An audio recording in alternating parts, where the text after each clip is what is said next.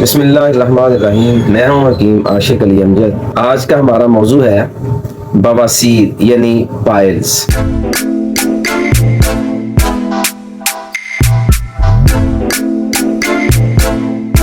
یہ بیماری آج کل بہت عام ہے، اس لیے سوچا کہ آج اس موضوع پر تھوڑا سا ڈسکس کرتے ہیں تاکہ عوام کو آگاہی ہو اور سمجھ آ سکے کہ صحیح علاج کیا ہے اور ان کو خود سے پتا ہو کہ یہ پائلز یعنی بواسیر ہے کیا ہے۔ سب سے پہلے تو اس کا مطلب ہم سمجھتے ہیں۔ پائلز یعنی بواسیر کا مطلب ہے کسی مواد کا بہنا، اور اس سے مراد عموماً یہ لیا جاتا ہے کہ مقعد کے رستے یعنی پخانے کے رستے کسی مواد کا بہنا جس میں عموماً گندا خون، پیپ، ریشہ شامل ہوتے ہیں۔ بواسیر عموماً دو قسم کی تصور کی جاتی ہے، جس میں ایک بادی بواسیر اور دوسری خونی بواسیر۔ اس کے ساتھ تھوڑی سی یہ بھی وضاحت کر دوں کہ ایک اور مسئلہ مقعد کے حوالے سے ہوتا ہے جس کو ہم فسچولا کہتے ہیں۔ اس کی وضاحت میں بعد میں کروں گا۔ اسی طرح سے بسا اوقات ایسا ہوتا ہے کہ مقعد کے راستے خون آنا جو ہے اس کے پس پردہ بواسیر نہیں ہوتی، بلکہ وہ بڑی آنت کا کینسر ہوتا ہے۔ اس لیے تشخیص کا ہونا بہت ضروری ہے، اور تشخیص ایک ماہر طبیب ہی کر سکتا ہے کہ اصل مرض کیا ہے، کیونکہ جب تک اصل مرض نہ تشخیص کیا جائے تو اس کا پھر اصل یا صحیح علاج کیسے ہو سکتا ہے۔ تو بواسیر پر مزید بات کرنے سے پہلے میں آپ کو بتا دوں کہ بواسیر انسانی جسم میں موجود زہر پیدا ہونے سے ہوتی ہے، زہریلے مادے پیدا ہونے سے ہوتی ہے۔ تو تھوڑی سی وضاحت کر دوں کہ انسانی جسم میں 4 قسم کے زہر ہوتے ہیں۔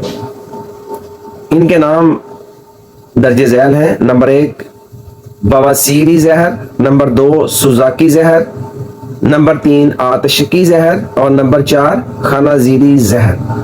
بواسیری زہر کب پیدا ہوتا ہے؟ جب جسم میں خشکی کی زیادتی مسلسل رہتی ہے اور جسم میں پھر خمیر در خمیر کا عمل شروع ہوتا ہے، اس میں توفن پیدا ہوتا ہے، اور یہ توفن بالآخر زہر کی ابتدا ہوتی ہے۔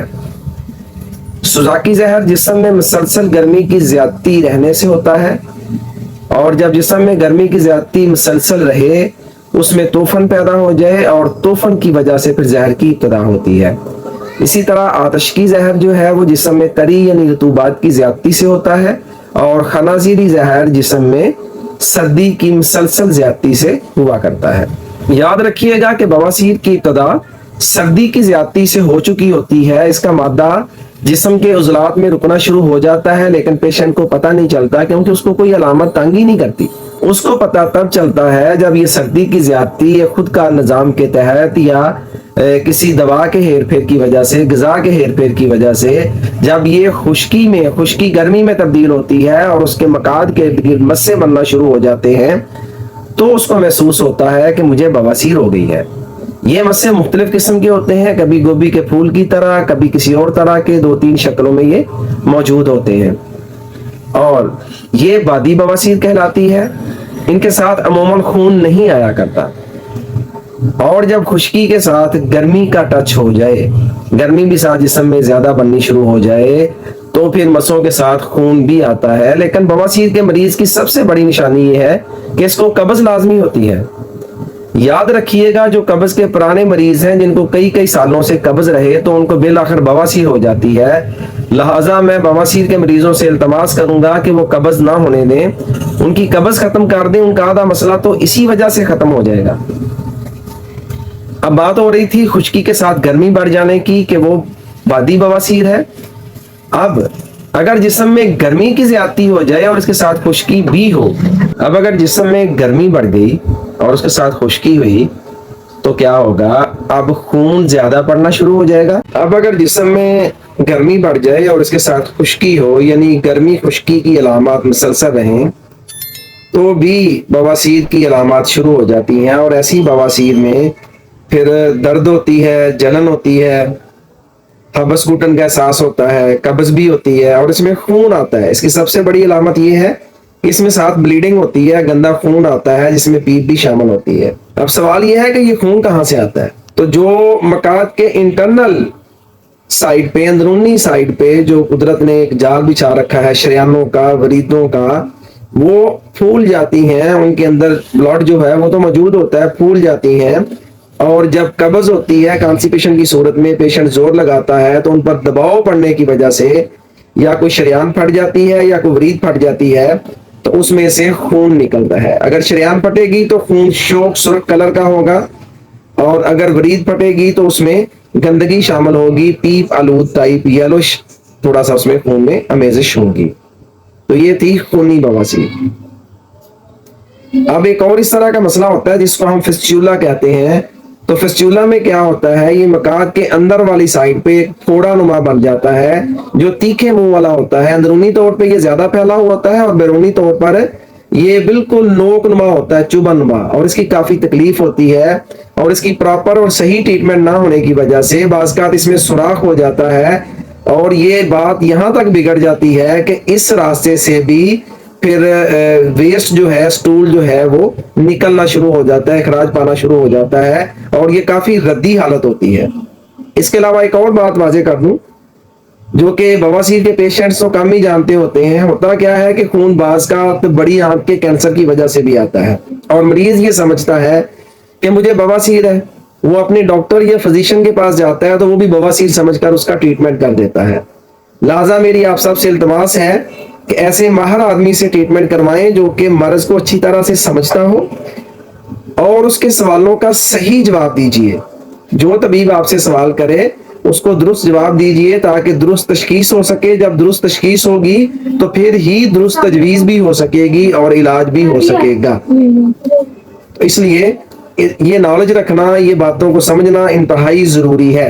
अब बवासीर को मजीद आसानी से समझने की कोशिश करते हैं कि इसकी इब्तदा जो है वो सर्दी खुश्की से हो जाती है, जिसमें दर्द जलन बिल्कुल नहीं होती, और इसका जो मर्जी मादा है वो जुलात में रुकना शुरू हो जाता है। फिर जिस्म में खुश्की बढ़ती है और उसके साथ कुछ गर्मी होती है, तो इसका इजहार मसों की सूरत में होता है, और कभी कभार खून आ जाता है जिसको बादी बवासीर कहा जाता है। फिर ऐसा होता है कि जिस्म में गर्मी की ज्यादती हो जाती है और खुश्की साथ होती है, तो खून ज्यादा पड़ता है और मसे कम होते हैं या मसे होते ही नहीं हैं।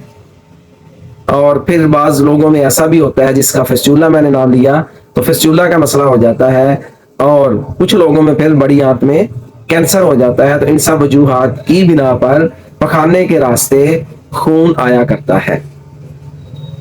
अब हम बात करते हैं कि इसका ट्रीटमेंट हम कैसे करें, इसका इलाज कैसे करें। तो इलाज के लिए तशखीस जरूरी है, और तशखीस के लिए मरीज का और तबीब का होना जरूरी है। लेकिन कुछ फलों के जरिए मैं आपको ऐसे मामला बताता हूँ, ऐसे हल बताता हूँ कि आप इन फलों का इस्तेमाल करके काफी हद तक इस मर्ज पर काबू पा सकते हैं। सबसे बड़ी बात ये याद रखिएगा कि कब्ज किसी सूरत में नहीं होनी चाहिए, क्योंकि बवासीर के मरीज को जब कब्ज होती है तो उसका मर्ज बढ़ जाता है।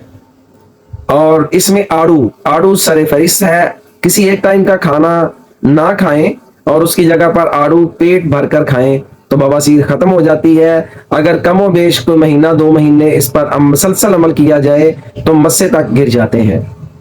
और बैरूनी तौर पर मस्सों पे लगाने के लिए आड़ू की गुठली लेकर उसको थोड़ा सा खुश्क कीजिए, उसको पाउडर कर लीजिए, और उसमें थोड़ा सा जिंक ऑक्साइड मिलाइए और वैसलीन मिलाकर उसकी एक मरहम सी तैयार कर लीजिए।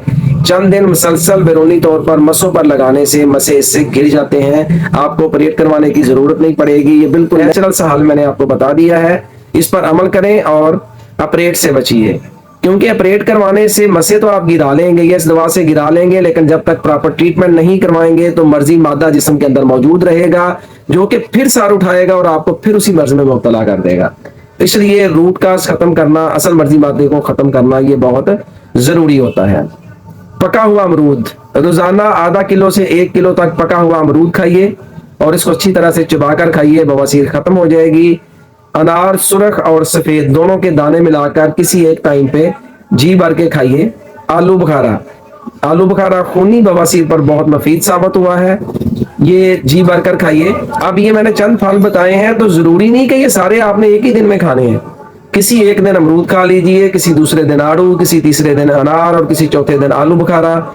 इस तरह से इन चीजों का इस्तेमाल कीजिए और इस मर्ज से छुटकारा हासिल कीजिए। उम्मीद है आज की वीडियो भी आपके लिए इंशाअल्लाह अज़ीज़ मुफीद साबित होगी। दुआ में याद रखिएगा। अल्लाह हाफिज़, अस्सलाम वालेकुम।